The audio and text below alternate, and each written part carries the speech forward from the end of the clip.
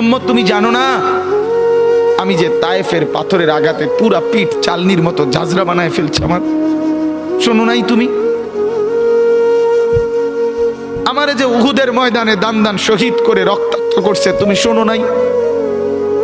আমি যে 14 দিন পেটে ক্ষুধার তাড়নায় পাথর বাঁধছিলাম, উম্মত তোমার মনে নাই? একবারও শোনো নাই আমার ক্ষুধার কষ্ট, আমার পিঠের ব্যথা, আমার দাঁতের ব্যথা, আমার কাঁধে 2টা কড়া ঢুকে গেছে? উম্মত, আমার ঘরে 3 মাস আল্লাহর নবীর স্ত্রী আয়েশা বলছে, আল্লাহর কসম উম্মত, নবীর স্ত্রী বলছে 3 মাস 3টা চাঁদ উঠছে ডুবছে, রাইনা হেলালান সুম্মা হেলালান সুম্মা হেলালান, 3 চাঁদ 3 মাসে নবীর 9 জন বিবির কারো ঘরে আম্মা জান আয়েশা বলে 1 ফোঁটা চুলায় আগুন জ্বলে নাই। মা আওকাদাত ফি আবিয়াতে রাসূলিল্লাহ নারুন, নবীর একজন বিবির ঘরেও আগুন জ্বলে নাই।